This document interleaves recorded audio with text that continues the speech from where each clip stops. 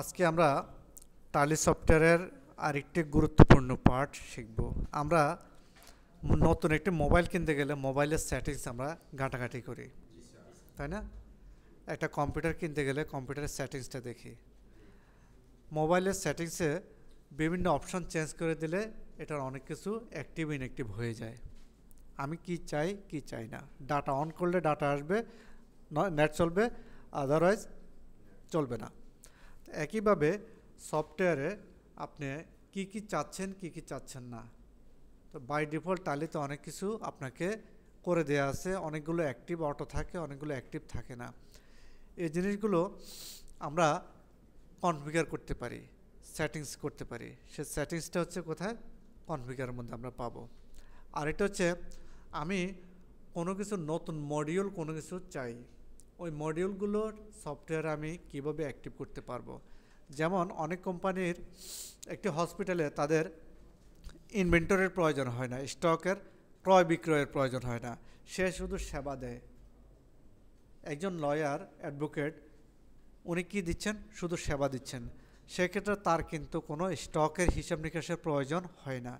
আর যিনি tedder business করেন, ক্রয় করে বিক্রয় করেন, সাপ্লাই চেইন বিজনেস এরকম জড়িত আছে ট্রেডিং বিজনেসের মধ্যে, তাহলে ওনার ইনভেন্টরি হিসাবের প্রয়োজন হয়। তাহলে অ্যাকাউন্টসের ক্ষেত্রে দুইটা বিষয়, একটা হচ্ছে স্টক সহ মেনটেন করা, আর একটা হচ্ছে স্টক ছাড়া মেনটেন করা।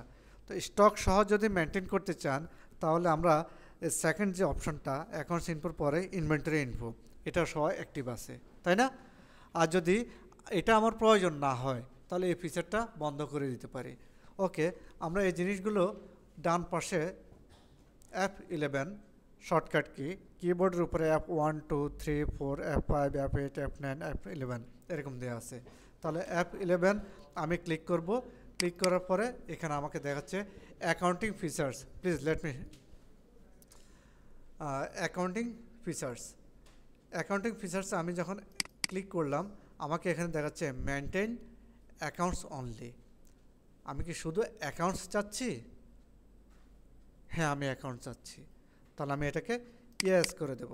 তাহলে আমার সাথে সাথে সব কিছু কী হয়ে গেল? শুধু অ্যাকাউন্টস দেখাবে, ইনভেন্টরি আর দেখাবে না। কি দেখাবে? ইনভেন্টরি দেখাবে না। একটু খেয়াল করেন পিছনে এই জায়গায় কি আছে? ইনভেন্টরি আছে। আমি এখন কি করতেছি? এখানে ফিচার্সে গেলাম, ফিচার্সে গিয়ে অ্যাকাউন্টিং ফিচার্স এই জায়গায় মেনটেন অ্যাকাউন্টস অনলি। আমি চাই শুধু অ্যাকাউন্টস অনলি। হ্যাঁ, আমি শুধু অ্যাকাউন্টস চাই। এখন এন্টার চাপ দিয়ে আমি এই জায়গায়, ওরে বাবা কতবার এন্টার চাপা লাগে রে, অনেকবার এন্টার চাপছি।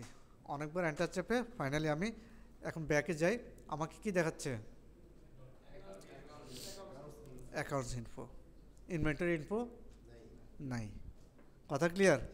তাহলে সফটওয়্যারের এখানেও পারপাস আছে। বাজারে এমন অনেক কোম্পানি আছে, অনেক সফটওয়্যার আছে, তারা আপনাকে শুধু অ্যাকাউন্টসের পার্ট দেবে। ইনভেন্টরি পার্ট দিতে হলে আলাদাভাবে আপনি সেটা নিতে হবে, ঠিক আছে? কিন্তু টালি সফটওয়্যারে এটা একটা সুবিধা আছে, আপনি নেবেন, আপনি দুইটা মডিউল একসাথে পেয়ে যাবেন, ঠিক আছে? ওকে, আমি আবার এই ইনভেন্টরি ইনফোটাকে আনতে চাচ্ছি।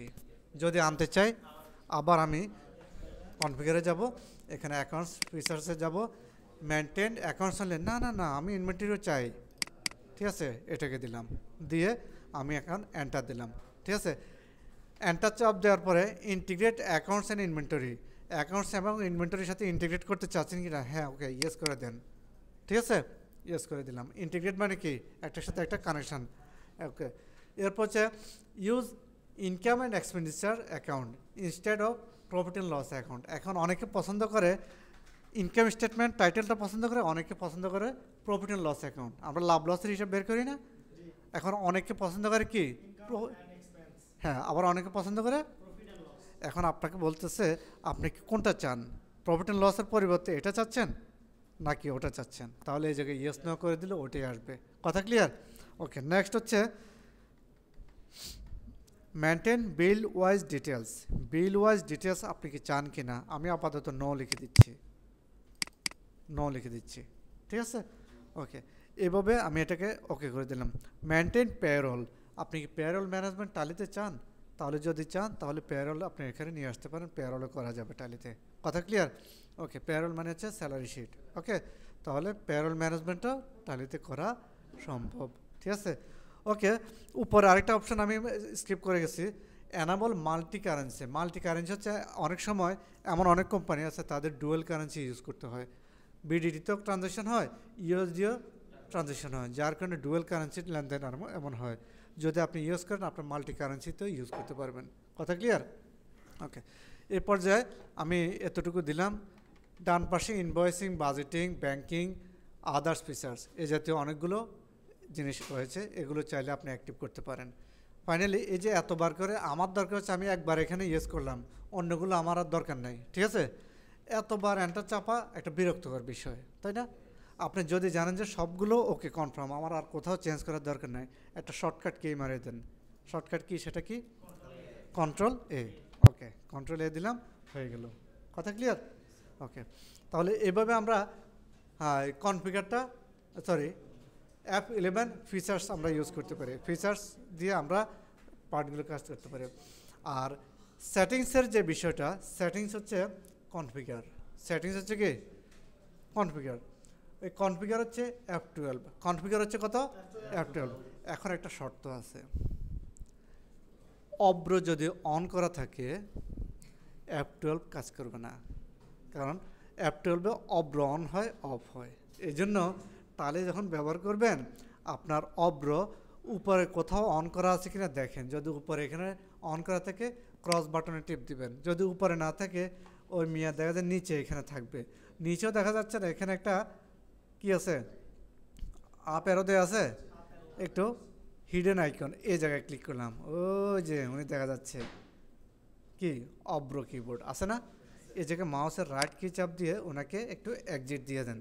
আর একটা হচ্ছে বিজয়, বিজয়টাকে রাইট কি চাপ দিয়ে কী করে দেন, এক্সিট করে দেন, তাহলে এ দুটো চলে গেছে। এখন আপনি একটু শান্তিতে টালিটা ইউজ করতে পারবেন। কথা ক্লিয়ার?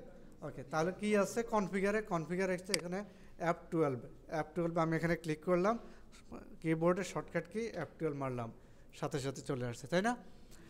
F12-এর বিষয়টা হচ্ছে কি, যখন যে পয়েন্টে আপনার কনফিগার করা দরকার ওই পয়েন্টে আপনি কনফিগার F12-এর কাজ, তাহলে F12-এর কাজ সব জায়গায় আপনি পেয়ে যাচ্ছেন। F12-এর কাজ কি সব জায়গায় পাচ্ছেন। কি বলছি? F12-এর কাজ সব জায়গায় পাচ্ছেন। আপনার এখানে একরকম সেটিংস, প্রিন্ট কোনো একটা জিনিস প্রিন্ট করতে যান ওই জায়গায় আরেক রকম সেটিংস। ঠিক আছে? F12 হচ্ছে প্রত্যেকটা পয়েন্ট। আপনার মোবাইলে মনে করেন যে মোবাইল নাম্বার চেঞ্জ করবেন বা এডিট করবেন, এই জায়গায় একটা অপশান, অথবা আপনার কোনো অ্যাপে যাবেন ওইখানে যান, ওইখানে কিন্তু আবার আরেকটা অপশান। সব জায়গায় একটা সেটিংসের অপশান থাকে অ্যান্ড্রয়েড সেটে, তাই না? প্রত্যেকটা পার্টে কিন্তু সেটিংসের অপশান থাকে কি না? থাকে। ঠিক একইভাবে F12-এর অপশানটা হচ্ছে সেটা, যখন যেখানে ইউজ করার দরকার সেটা করতে পারবেন। ওকে, তাহলে আমরা F11 এবং F12-এর বিষয়টা আজকে আমরা জানলাম।